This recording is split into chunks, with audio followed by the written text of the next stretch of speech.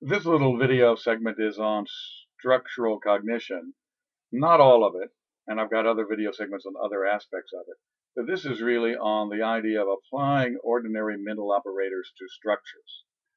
And there's an output part of that where you build these very, very specially regularized fractal models and apply mental operators to those on the output side.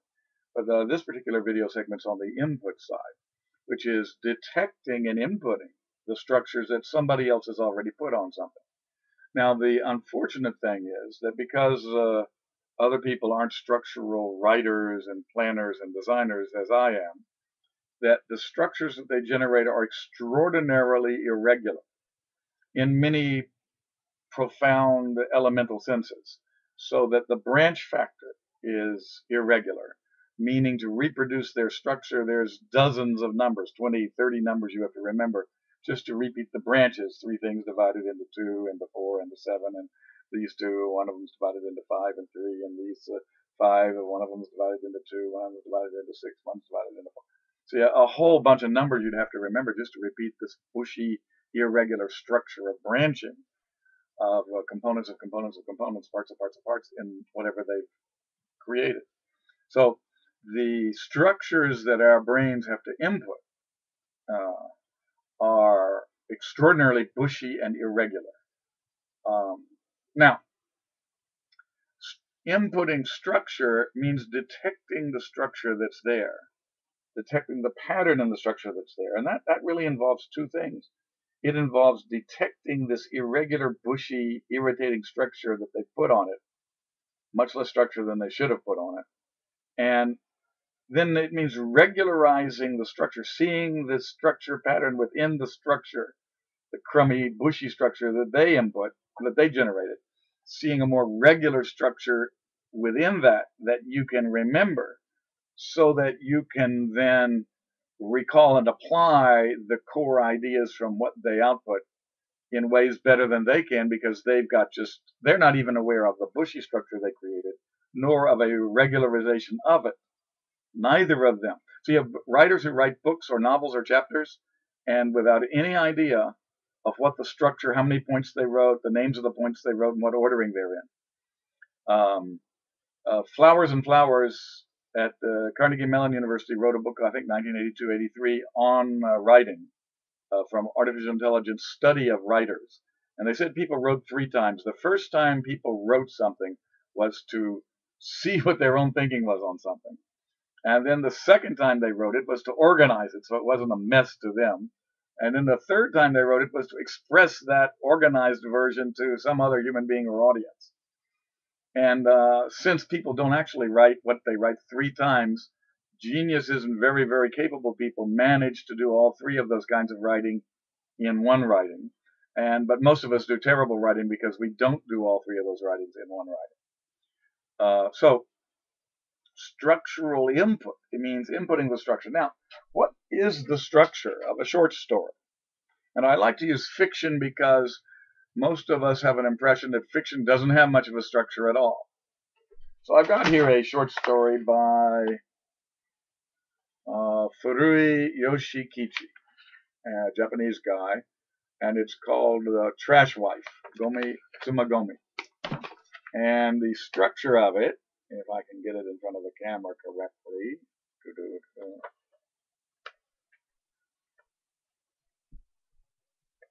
you see two lines there with topics on the top and topics on the bottom.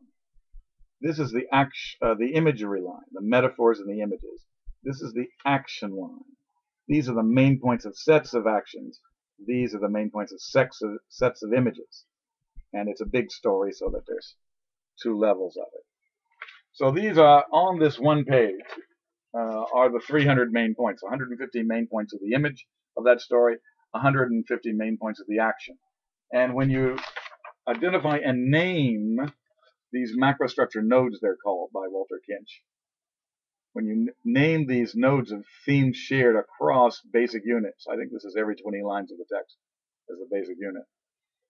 When you name these shared themes across nodes, you are understanding the text according to the theory of the people who generated the SAT and the GRE verbal tests.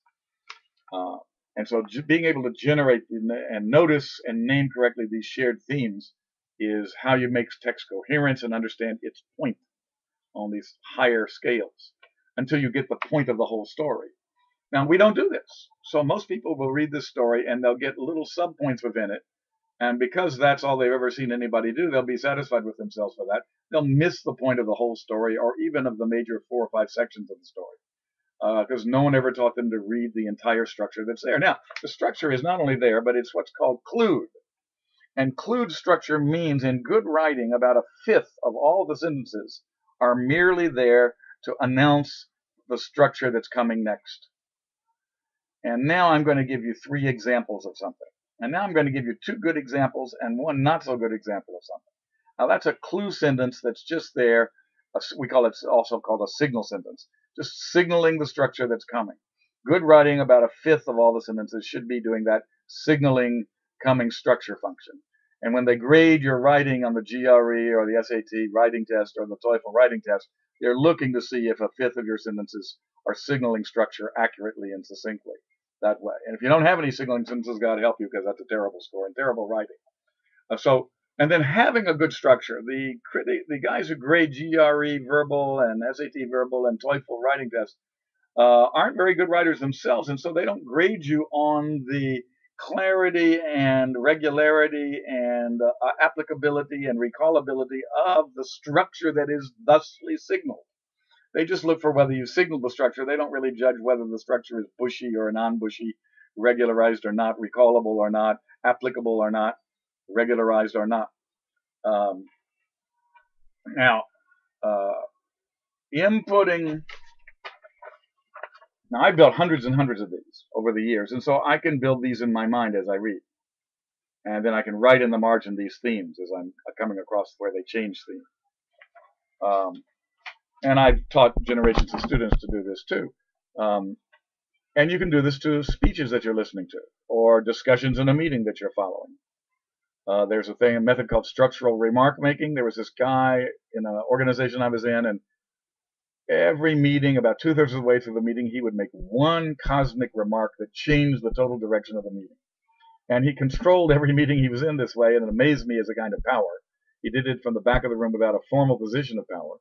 Wanted to know how he did it, so me and my friend went and we attended meetings he was in, and we carefully transcribed what he said in his remarks, turned it into a method, tried it ourselves. It worked wonderfully. And basically he was building this structure as he listened to the meeting and then telling that structure in summary form and saying what was missing from that structure so far, what we needed, and then declaring that he's not the right person to provide that, but there's talent around the room that would be better than him at providing it. Could one of you help me and fix what's missing from this structure? And he controlled meeting after meeting after meeting that way. It's a method called structural remark making, and it's in my book called Are You Effective? Or Procedural Literacy, 100 Methods Everybody Should Know. So perceiving structure gives you power in several ways. You actually see the points people are making that they generated, but they don't even see their own points. They don't know the name of their own points. They don't know how many points they generated. They don't know the ordering of the points they generated. So you'll know what a person's thinking better than they know what they're thinking.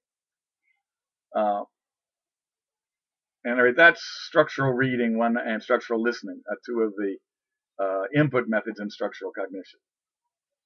And an image of the level of detail you want. It means that for a fiction chapter, you want to be at the level of about 150 main points of the action in a chapter and about 150 main points of the imagery in a chapter. Imagery, 150, action, 150.